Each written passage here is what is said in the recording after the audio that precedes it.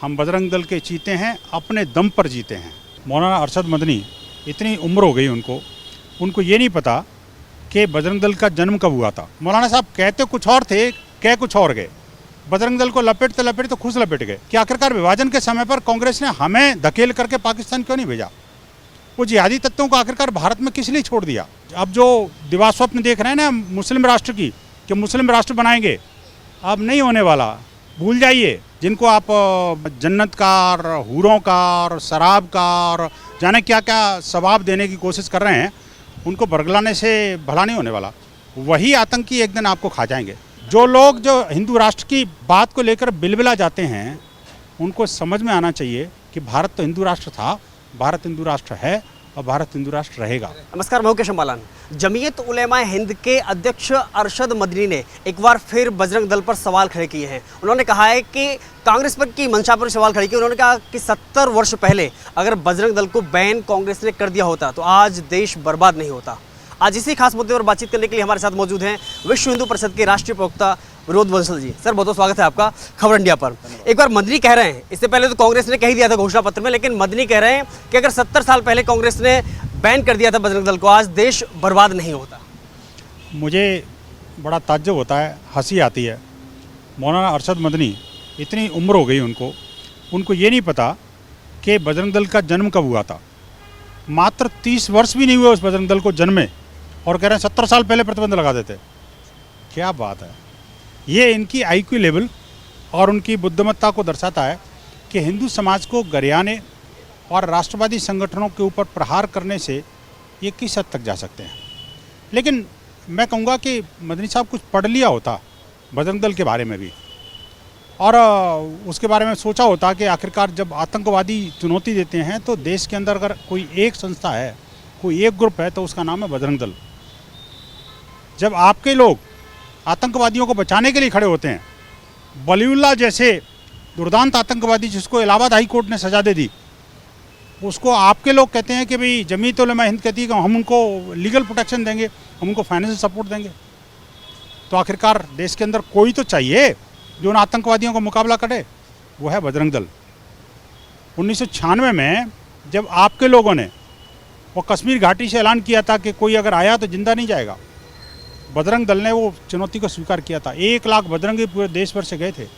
तब से लेकर आज तक लाखों की संख्या में अमरनाथ के यात्री लगातार अनवरत रूप से जा रहे हैं। अनेक असंख्य जो है हमारी जो साहसिक यात्राओं के अलावा हमने लगभग 86 लाख गौवंश को बचाया। बजरंग दल के कार्यकर्ताओं ने लाखों बहन बेटियों को बचाया। आपके जो षड्यंत्रकारी लव जिहादी और जो धार्मिक वैमनस्य से फैलाने वाले लोगों से 1 लाख यूनिट रक्तदान प्रतिवर्ष करता है बजरंग दल। लेकिन आपको 70 साल पुरानी बात याद आई। मुझे पता है कि आपको 70 साल पुरानी बात क्यों याद आई। मौलाना साहब कहते कुछ और थे, कह कुछ और गए। बजरंग दल को लपेटते लपेटते खुद लपेट गए। कैसे? 70 साल पहले जिस देश का विभाजन हुआ, भारत का जो विभाजन हुआ, उस समय की याद आ गई इनको कि आखिरकार विभाजन के समय पर कांग्रेस ने हमें धकेल करके पाकिस्तान क्यों नहीं भेजा। वो जिहादी तत्वों को आखिरकार भारत में किस लिए छोड़ दिया। कांग्रेस की गलती थी वास्तव में। 2 गलतियाँ थी। एक तो भारत का विभाजन स्वीकार नहीं करना चाहिए था। दूसरी बात, अगर भारत का विभाजन स्वीकार किया भी तो जिस संप्रदाय के आधार पर भारत का विभाजन स्वीकार किया था, जिसके आधार पर मुसलमानों को अलग देश दे दिया, तो आखिरकार अब हम क्यों भुगत रहे हैं भाई इसको। जो लोग जो हिंदू राष्ट्र की बात को लेकर बिलबिला जाते हैं, उनको समझ में आना चाहिए कि भारत तो हिंदू राष्ट्र था, भारत हिंदू राष्ट्र है और भारत हिंदू राष्ट्र रहेगा। अपने मन की उस अंदर की कलई को खोलिए मौलाना साहब। अब जो दिवास्वप्न देख रहे हैं ना मुस्लिम राष्ट्र की, कि मुस्लिम राष्ट्र बनाएंगे, अब नहीं होने वाला, भूल जाइए। वो दे चुके हम, जो बंटवारा होना था वो हो चुका कई बार। अब भारत का बंटवारा और स्वीकार नहीं करेंगे। गलती से ही मत बोल देना कि भारत में कोई इस्लामिक राष्ट्र की मांग करेगा। उसका जवाब बजरंग दल करारा देगा। और एक और बात देखिए, बजरंग दल को कंपेयर करने वाली बात जिस तरह से करते हैं, मौलाना को जो है समझ में आना चाहिए कि आखिरकार ये राम जन्मभूमि के मुद्दे पर जिस तरह से उन्होंने माननीय सर्वोच्च न्यायालय को पर अपना टिप्पणी करने की कोशिश करी, बहुत ही दुर्भाग्यपूर्ण है। लेकिन क्या करें, जमीयत उलेमा हिंद जिसके ये सदर हैं, वो उसका तो कैरेक्टर ही आतंकवादियों को बचाने का, उनको पनाह देने का, उनको प्रश्रय देने का काम, देश के विभाजनकारी शक्तियों को साथ में लेकर चलने का काम। इस जमीयत के कारण तो विश्व के अनेक देशों में इनके ऊपर प्रतिबंध लग गया, लेकिन उस पर विचार नहीं करेंगे। नहीं ये कहेंगे कि आखिरकार ये लव जिहाद और ये धर्मांतरण और ये जो हिंसा पैगंबर के नाम पर, इस्लाम के नाम पर, और ये जो तमाम तरह के जिहादी गुंडों के नाम पर ये जो चल रहा है उस पर कुछ नहीं बोलेंगे ये लोग, क्योंकि इनका काम सिर्फ और सिर्फ जो है ना मुस्लिम युवाओं को भटकाना, बरगलाना और उनको आतंकवाद की राह पर धकेलना है। मौलाना को समझ में आना चाहिए कि अब वो दिन लद गए। आप ये सोचो कि भाई भारत में हिंदू राष्ट्र की बात करने वाला कोई गद्दार है, तो सबसे पहले गद्दार तो वो लोग हैं जो कि भारत में रहते हुए पाकिस्तान की गाते हैं। पाकिस्तान में जब मैच पाकिस्तान जीतता है तो लड्डू बांटते हैं, और अगर भारत कहीं हार जाता है तो इनकी बाँछें खुल जाती हैं। आपको सावधान रहना पड़ेगा। बजरंग दल के कार्यकर्ता एक एक चीज़ पर नज़र रखे हुए हैं। हम लोकतांत्रिक तरीके से जवाब देना जानते हैं, लेकिन इस तरह की अभद्रता दोबारा करने का दुस्साहस कोई ना करे।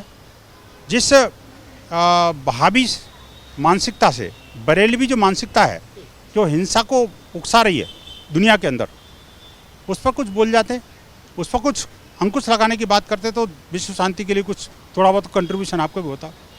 आप तो उल्टा उनको बचाने की कोशिश कर रहे हैं। उनको देवबंदी विचारधारा को जो है आप बढ़ाने की कोशिश कर रहे हैं, उनको कवर फायर देने की कोशिश कर रहे हैं। ये ठीक नहीं है। देखिए, दो बातें हैं। पीएफआई जैसे संगठन पर जिस पर सरकार ने प्रतिबंध लगाया और कई बार खुलासे हुए कि उन्होंने देश को बांटने का, तोड़ने का प्रयास किया, जगह जगह आतंकियों को पनाह दी और पैदा भी किया, लेकिन पीएफआई जैसे संगठन पर चुप्पी साध लेना और बजरंग दल जैसे संगठन पर इतना उतावला होकर के बोलना, निश्चित रूप से देखिए ये इनकी वो भारत विरोधी मानसिकता को दर्शाता है। आज देखिए कांग्रेस ने क्या किया विधानसभा के अंदर। मैंने सुना है कि उन्होंने गौमूत्र से उसको विधानसभा को पवित्र करके काम शुरू किया है।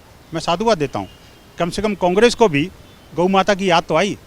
वो भी उसी विधानसभा में, जिस विधानसभा में गौ रक्षा पर कानून बन रहा था, गौ हत्या विरोधी जब कानून पिछली बार बीजेपी सरकार लेके आई थी, तो इन्हीं के नेता प्रतिपक्ष उन्होंने क्या कहा था, स्मरण रहना चाहिए कि अगर गौ हत्या पर प्रतिबंध लगा दिया तो गरीब क्या खाएगा, उसको प्रोटीन कहाँ से मिलेगी, गरीबों को निवाला छीन लोगे आप अगर गौ हत्या पर प्रतिबंध लगा दिया तो। वही कांग्रेस आज गौमूत्र का छिड़काव कर रही है। लेकिन मैं और पूछना चाहता हूँ कि उन 9 विधायकों का क्या होगा जो अभी सपना देख रहे थे उप मुख्यमंत्री का।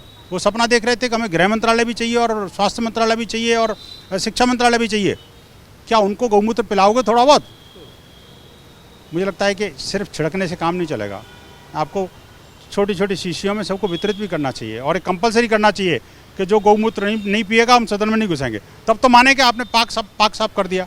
बाहरी पवित्रता का ढकोसला करने से कोई लाभ नहीं है, और ऐसे लोगों को पनाह देने का काम कांग्रेस ने सदा से किया है। ये वही कांग्रेस है ना जो कि ये कहती थी कि हमें खाने से कौन रोक सकता है, आखिरकार गौ हत्या पर प्रतिबंध लगा दिया तो ये हो जाएगा वो हो जाएगा। आज वही गौमूत्र का छिड़काव कर रही है। लेकिन खैर, मुझे आशा है कि कम से कम अब वो बीते हुए दिन भी लौटेंगे और कांग्रेस अपनी जिहादी मानसिकता से ही बाहर आएगी। देखिए, मदनी के बयान को अगर कांग्रेस गंभीरता से लेकर के बजरंग दल पर बैन लगा देती है, आप क्या करेंगे? वही होगा जो पहले हुआ था। पहले कोई नई बात तो है नहीं, पहले भी कांग्रेस एक बार बजरंग दल पर प्रतिबंध लगा के देख चुकी है और उस पर कैसा तमाचा ट्रिब्यूनल का पड़ा था। वो कांग्रेस को अभी भी गाल लाल हो रहा होगा। अब दोबारा ये हिम्मत नहीं कर सकती कांग्रेस। और राष्ट्रवादी शक्तियों को अगर आप कटघरे में खड़ा करते हो या कटघरे में लेने की कोशिश करते हो तो उसका खामियाजा क्या होगा वो कांग्रेस को अच्छी तरह पता है। अगर ऐसा होता तो गौमूत्र का छिड़काव सदन के अंदर नहीं करती कांग्रेस।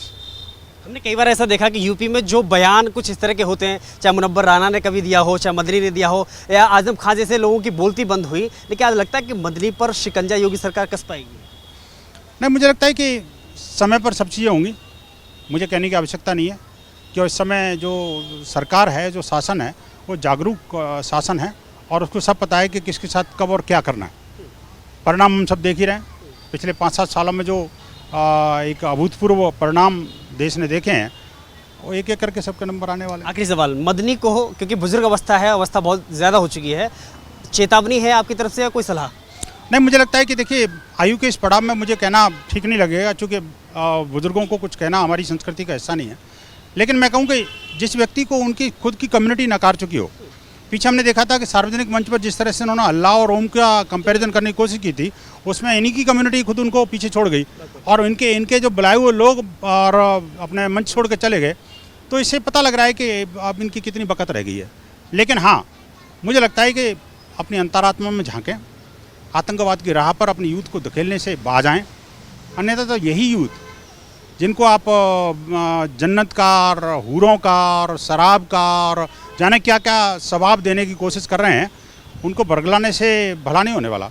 वही आतंकी एक दिन आपको खा जाएंगे, ये समझ लेना चाहिए। हिंदू समाज सजग है, सक्षम है और अपनी तरह से निपटने में भी समर्थ है। हम सेवा का कार्य करते रहेंगे। बजरंग दल के माध्यम से हम राष्ट्रद्रोहियों को सबक सिखाने का काम और राष्ट्रभक्तों को साथ लेकर चलने का काम सदा से बजरंग दल ने किया, वो करेगा।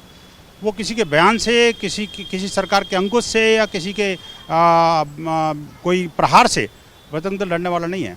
बजरंग दल का एक नारा है, हम बजरंग दल के चीते हैं, अपने दम पर जीते हैं।